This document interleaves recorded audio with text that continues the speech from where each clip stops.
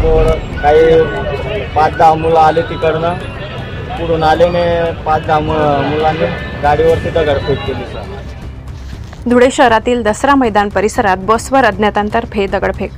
धुळे शहरातील दसरा मैदान स्टॉपजवळ नाशिकहून शहादाकडे जाणाऱ्या बसवर अज्ञात व्यक्तींनी दगडफेक केल्याची घटना घडली आहे। या घटनेमुळे प्रवासी वर्गात भीतीचे वातावरण पसरले, तरी बसमधील कोणत्याही प्रवाशांना दुखापत झाली नाही असे बस चालकांनी सांगितले।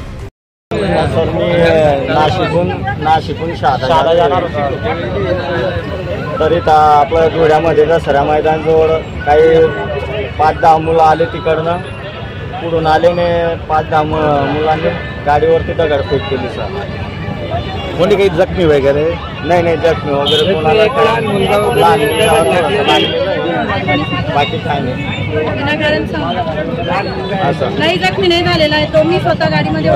ही घटना बसने धुळे शहरात प्रवेश केल्यानंतर घडली।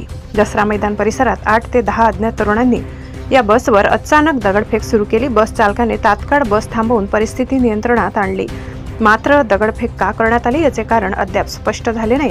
घटनेची माहिती मिळताच धुळे उपविभागीय पोलीस अधिकारी राजकुमार उपासे आणि चाळीसगाव रोड पोलीस ठाण्याचे सहाय्यक पोलीस निरीक्षक जीवन बोरसे यांनी घटनास्थळी पोहोचले। पोलिसांनी घटनास्थळाची पाहणी करून दगडफेकीबाबतचा तपास सुरू केला। Bureau report, Dhule. सहसंपादक अनिल बोराडे।